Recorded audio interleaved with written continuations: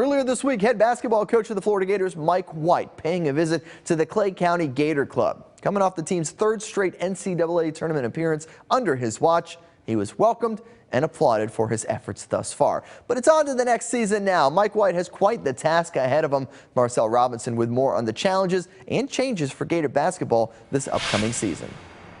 We are still a long way from the start of the collegiate basketball season, but now is the time for teams to rebuild following the exit of many of their players. That rings especially true for the Florida Gators. With all but 6 guys returning, Mike White and company have some work to do.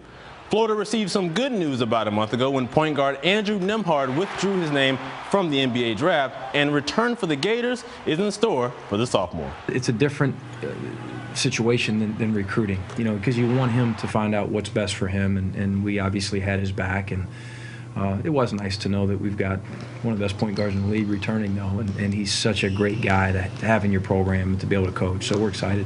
That solves one problem, but this team is still very young, essentially built up of underclassmen, including 6 freshmen. I like our backcourt. We've got a lot to prove in our front court. You wish you're a little bit more experienced in your backcourt.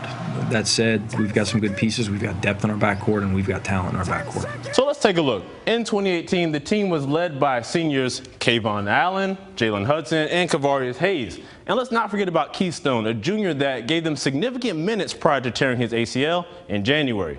This year, totally different. We mentioned the return of Nembhard early. He and Noah Locke are expected to lead the backcourt as sophomores. Insert second-year forward Isaiah Stokes, but here is the biggest change, literally. Earlier this week, the Gators grabbed graduate transfer Kerry Blackshear Jr. from Virginia Tech. At almost 7 feet tall, he tallied 9 double-doubles, including 7 games of 20 points or more. Did I mention that he was listed at 6'10"? He'll be the lone senior on the squad, so I'm sure Mike White and company are hoping that his leadership combined with the progression of his younger players will lead to a great 2019 campaign.